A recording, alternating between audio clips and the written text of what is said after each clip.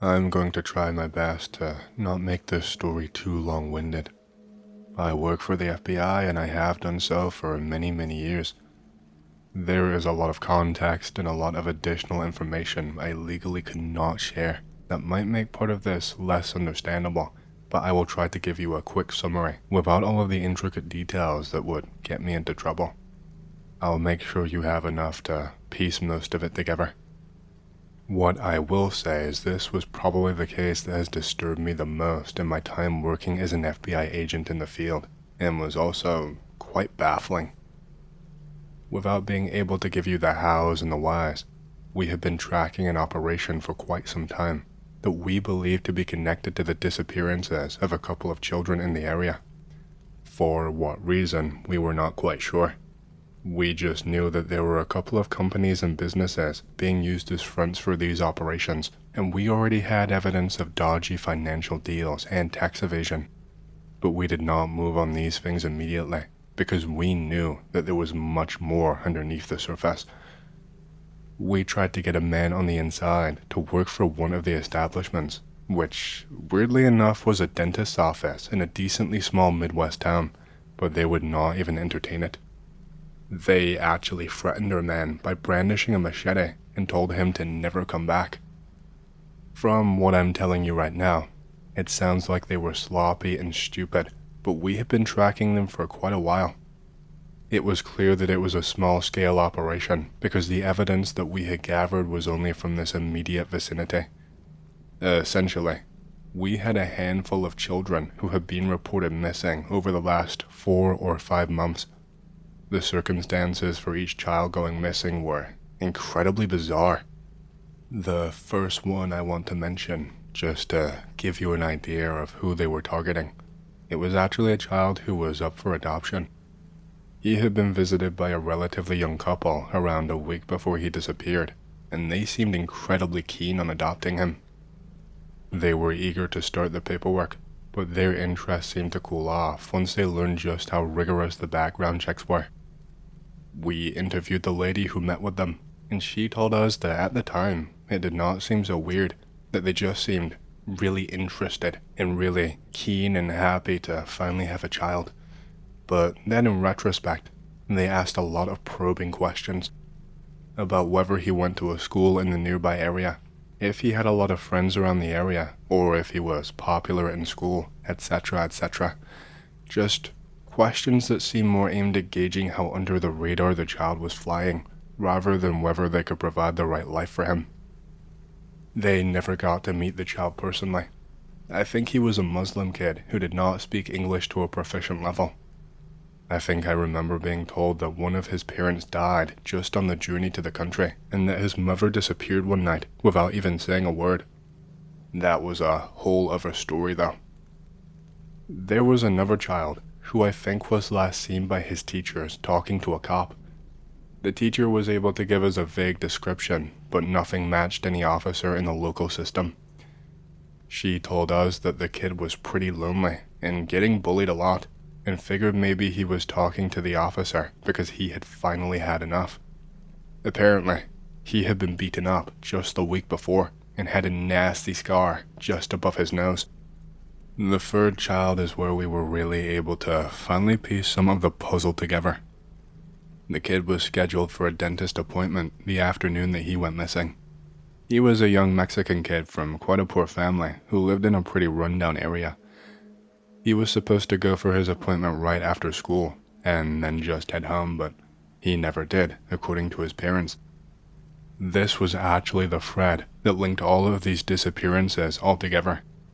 Each and every single one of these children had been to a dentist appointment within the same month that they went missing, sometimes the same week or even the same day in this case.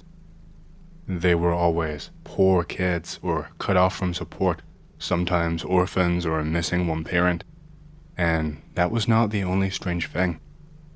For the first child, there had actually been papers filed in the system claiming that the child had been adopted. They were clearly forged since the staff knew that there was no record, but the forges were not bad at all. There were just a few things changed, just basic things, like it was the same child, but The child's name was completely changed.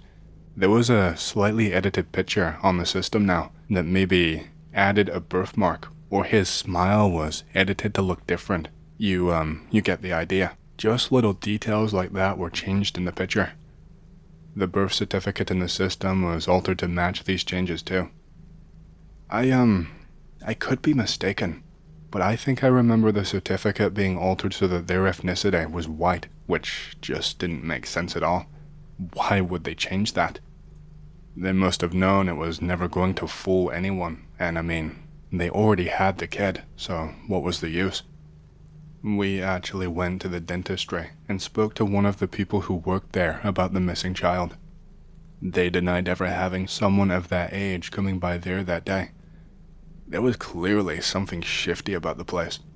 There was never anyone there on any of the days that we staked the place out. No one in the area ever actually had any appointments. Never any adults that we asked anyway.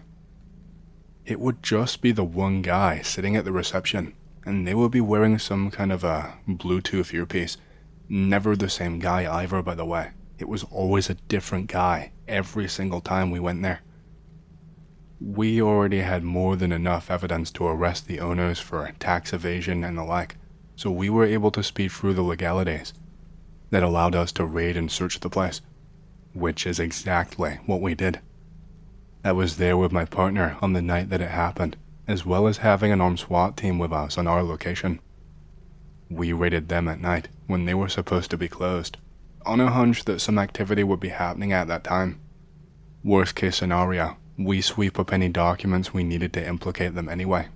Best case scenario, we have someone to arrest and a connection, a paper trail, to finally get closer to the truth. It was a horrific scene, and an even worse discovery, to say the very least. Immediately upon breaching, there is a man wearing one of those face masks, wearing full gloves, and basically wearing a getup that a surgeon would be wearing. There is a child sitting in a dental chair, completely strapped down, and they look fully sedated. This guy was literally mid-procedure. We eventually figured out that this child was one of those reported missing, but at first, we thought it might be another child not in our system due to just how different he looked. The child's mouth at this point is wrenched open and being held open by one of those dental things. I can't remember the name. At this point, the guy is already running at the SWAT team, armed with a dental drill of some sort. He clearly has nothing to lose. He won't listen to any orders and is running right at 5 guns pointed in his direction. Thankfully, he did not need to be killed. They managed to pin him down and arrest him without causing any serious damage, and he was quickly taken into custody while we turned the place over. We found the dental records for the child kept at the dentistry. They had been altered completely to what he had on file at a previous place. They were changed to justify all of the procedures. He'd had fillings ripped out of his mouth and completely replaced. It looked like some of his teeth had been sanded down with a file to just completely change their shape and structure. If you looked at a picture of the kid in front of us, side by side with a picture from a couple of months ago, you would not have any clue that they were the same child. His face was lighter, but his skin tone on his arms had not really changed all that much. It looked like he had chemical burns on his face where it had been bleached to make his skin tone lighter, but where they had screwed up. This kid had a very obvious birthmark on his cheek. I remember it because it was in the shape of a triangle almost. It had been removed, and by that I mean it was completely covered with scar tissue where I think they had attempted to burn it away. The fingertips of this child had the exact same thing. Whatever they used to do it must have been incredibly hot, because the skin was almost completely stripped away on the fingertips, and they looked really infected, actually. They had tried to burn away the fingerprints of the child. There was so much more than that. It was so disturbing. The hairstyle of the child had been altered completely, and his hair had been dyed too. They had even put colored contact lenses into his eyes. They had fake adoption papers lying around in the back, forged birth certificates, the works. Not just for this one kid either. Upwards of 10, I would say, from memory, and that was just what they had right there. We found a lot of evidence to connect the crimes, but we still had no clue where the other children were located. This child actually woke up from the chair in a panic. He was still strapped down and began struggling, and when I tried to help and free him, he bit down into my hand and drew blood. We could not get anything out of him at all. He was restless, he was fighting, and once we got medics over there, we were able to sedate him. It was all we could do. He would not stop or listen. He was hell-bent on biting us and trying to get out of there. He didn't say a single word. When we got him out of that chair, it was clear he was out of it. His legs immediately gave way, and he would stumble without us there to help him. We found other stuff in that place too. Extracted teeth that were just left over to sit there. We had found samples of hair placed into plastic bags that had been labeled. We found power tools, dentist supplies, scalpels, the works. It was so creepy. We had no luck with the man that we apprehended for a long time. He just sat there and blanked us. He didn't even want a lawyer. He just kept saying that he was guilty and to kill him. Like, what the hell? He kept asking to be put on death row and that he was not going to say anything. We did eventually get him to talk, but I will come back to that later. The kid took a few days to be fit for questioning. One of his fingers had become infected from however they were burned, and it had to be amputated, which pushed back his recovery. He had a lot of scars and other places on his body too. Most notably, he had a long scar that curved down his abdomen that looked like it had been stitched up quite recently too. The kid was completely messed up and questioning. It made me quite upset actually a few times, because I could not help but think of my daughter back home and what I would have done if this had happened to her, how crazy I would have gone. This kid did not even look similar to what he did just a couple of months ago. He gave us 3 different names when we asked him. He genuinely could not even remember what his name was anymore. It was not an act. We kept asking him about his parents, and the first time, he made someone up. The second time that we asked him about his parents, he claimed the man in the dentist office was his father, and that we should check the adoption papers to prove it.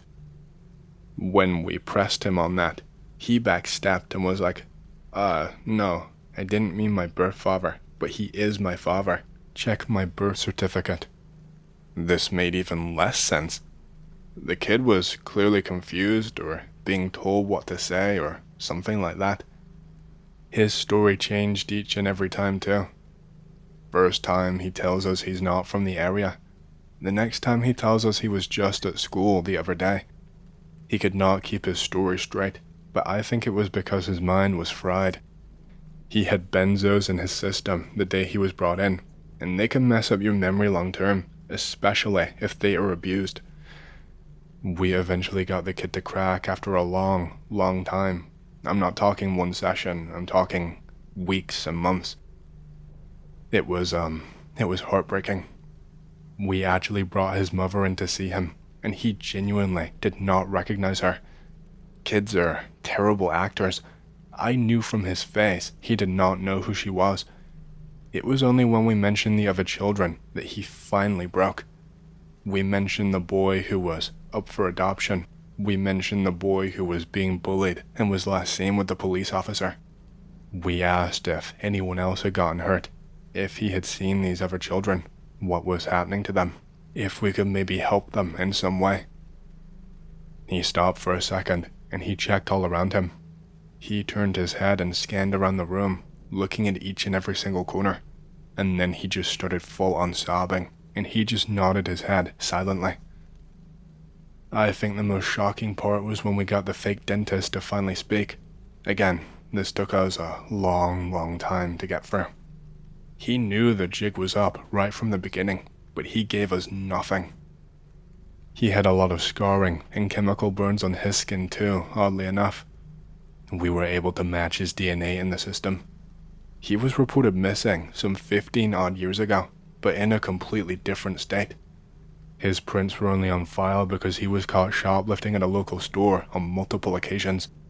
He was never found, obviously. His mother reported him missing and said that men had been coming to the house at night and asking for him by name. That before they knew it, they were getting rocks thrown through the windows, and one night, they tried to throw a makeshift Molotov through the letterbox, but they screwed it up, and it ended up smashing outside the front door, which they were able to put out. The man in front of us was only around 13 years old when he went missing. They knew it was to do with those men, but there was never anything else to go on. Sorry, I know this is less of a story and more of a case summary, but I hope this was at least something for you guys. I can't really disclose that much more. The fake dentist went away for a long time, but not before helping the investigation right near the end. It was a lot harder than I'm making it sound. It took a lot of persuasion and experts talking to him and behavioral analysts, etc. And once he was done, it required him being housed in a special block in prison for his protection.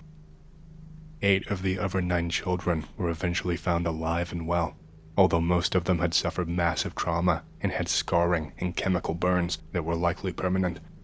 The thing that disturbs me the most about this case is the why.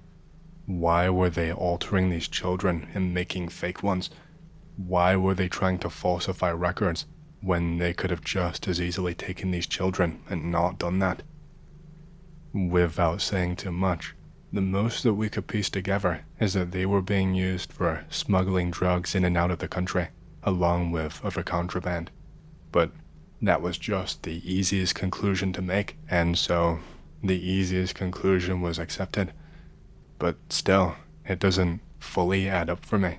It feels like there was something else going on, something maybe a little bit more sinister. It doesn't seem like the most efficient or inconspicuous way of carrying this out. Let me know if you have any theories, because I am still stumped to this day. The exact date that this happened was the night of November 11th and the early morning of November 12th, 2020. I know this because it was the release date of the PS5, and we were going to grab one from my wife's brother in the early morning. We decided to pull an all-nighter and go on a brief hike to stargaze near my father's house beforehand. It was about 11 p.m. We hiked a mile through the woods to get to this clearing where there is electrical wires that crest the top of a hill. We stayed for about 10 minutes, then decided to go back because it ended up being too cloudy for proper stargazing. We walked back. We were only about 150 yards away from where I parked my car when we started to hear this animal noise. We speculated that it must have been a coyote or a deer, or even maybe an owl. As we continued to walk to the car, the noise got progressively louder and closer, until it was right on top of us. Not a word was spoken between us, but we both started sprinting to the car in true flight mode, like we were prey being chased by a predator. You could hear the leaves crunching to the immediate right of us. There was something there, but I did not see it. We made it out of the woods, got into the car, and sped off to my dad's place. We were absolutely shell-shocked all the way up until 3 a.m. when we decided it must have been a wild animal and that we were just freaked out over nothing. So, we got in the car and began to drive to GameStop for the PS5. It was only about a half mile up the road when my wife began to scream. I slammed on the brakes and my wife pointed towards the bushes. Again, I didn't see what it was, but I did see a rather large disturbance of the bushes as something scurried off into the woods. My wife told me to just drive, and only when we parked at GameStop was she finally able to tell me what she saw. She said that it looked like a raccoon, but human-sized, jumping on its hind legs to move like a kangaroo. I get goosebumps just typing that shit. It sounds really scary, and I am honestly glad I did not see it. I completely believe her, by the way. She is not the one to make something up like that. This is what the creature apparently somewhat looked like, but with no tail apparently.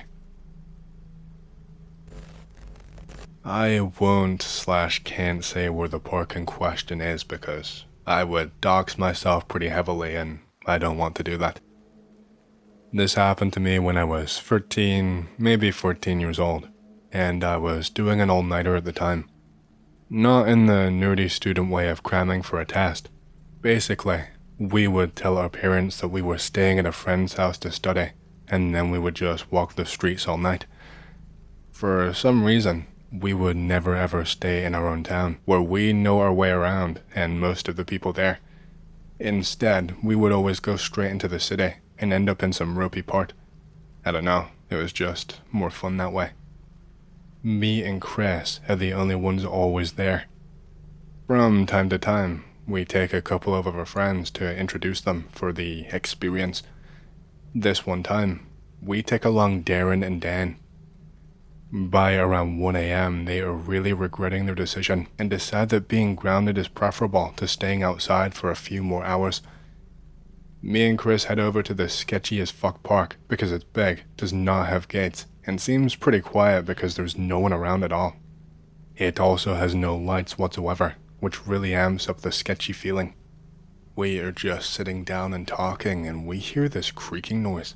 It's sort of rhythmical, but you can't see much in the dark. All we can do is hear the noise. Chris obviously eventually sees something because he tells me to get up and leave back into the street where there are street lamps and lots of light. I just say okay. I just do as he says. We walk at a fair pace. I'm looking behind myself, but I cannot see anyone. We stop and look back again. I see some guy riding what looks and sounds like an old bone shaker or something, and he is wearing a long overcoat and a trilby. But it doesn't look like he has a face. It's like totally white with no features. He jumps off the bike, pulls a hatchet out of his coat, and starts running towards us. There is a decent distance between us, so we get the hell out of there. I spend the rest of the night shitting myself in a cemetery that's oddly right in the middle of the pubs and the clubs. I don't think he wanted to kill us, just some lunatic scaring people.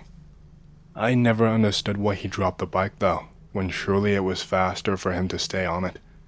Side note, the Darren that I mentioned in the story actually disappeared in strange circumstances 18 months ago, and there has been no trace of him ever since then.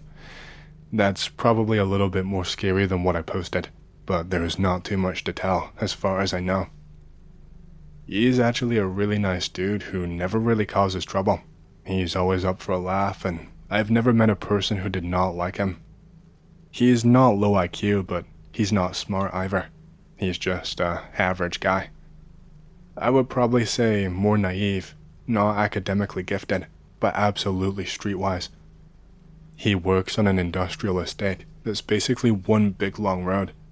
He lives about a 30-minute walk away from work. There is no shortcut to work, and you have to walk along the road, then up the bank to where he lives. It's a super busy place, day and night. He leaves work at around 2 p.m. He is on CCTV on the industrial estate, and that's the last anyone ever sees of him. Someone said he was living in a village about 4 miles away and that loads of people had seen him, but no one had any proof of that, and when they looked for him in the village, there was never any evidence he had ever been there, let alone lived there. No one in that village could ever say that they had seen him. Some people said he had ran away to London or somewhere, but I know him well enough to know he wouldn't know how to run away. As stupid as that sounds, he wouldn't do it. He wouldn't even think of it. He would at least say goodbye to people. Besides that, he can't drive, and there was no CCTV or any evidence of him buying train tickets or anything. The police never found anything on him at all. Also, he always said he would never leave where he was from and the people he knows because he said he doesn't like new places or having to make new friends. Recent speculation is that he was murdered in mistaken identity, but I don't believe that.